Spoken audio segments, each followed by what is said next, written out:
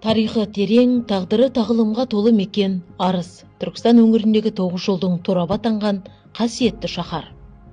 Арыс қаласы өткен мен бүгінді жалғаған тарихпен темір жолдың тоғысында тұрған киелі дарбаза.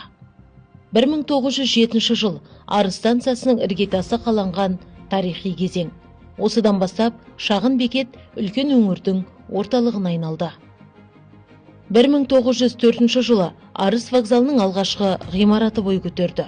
Бұл Орта Азияны Ресеймен жалғаған темір жолдың маңызды бекеті болды.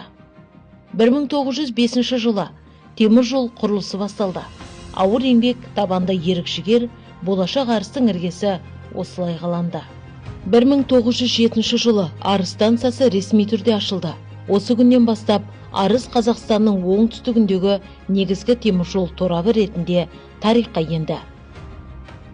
Біздің дәуірімізге дейінгі 4-3 ғасырларда Арыс өзенінің бойын Оғыз, Қыпшақ, Қаңлы, Дулат, Найман, Қоңырат тайпалары мекендеген. Олар мал шаруашылығымен қатар егіншілік, қолөнер және сауда-саттықты дамытқан. Арыс өзені мыңдаған жылдар бойы көшпелі халықтың су көзі, өмір нышаны болған. Оның бойында өркениет тамырын тереңге жайды. Өлке аумағында 3000-ға жуық қорған сақталған. 1-8 ғасырларда мұнда қалалар мен қалашықтар бой көтерген. Олар бүгінде тарихи мәдени мұра ретінде зерттеліп келеді. 1932 жылы Арысқа жұмысшы кенті мәртебесі берілді. Темір жол жұмысшылары осы өңірдің негізгі күшіне айналды. 1956 жылы Арыс ресми түрде қала мәртебесін алды. Осы күннен бастап ол облыстық бағыныстағы маңызды шаһарға айналды. Бүгінде Арыс қаласында 78 мыңға жуық халық тұрады. Қала өзінің тарихи маңызын сақтай отырып, заманауи дамудың жолына түсті.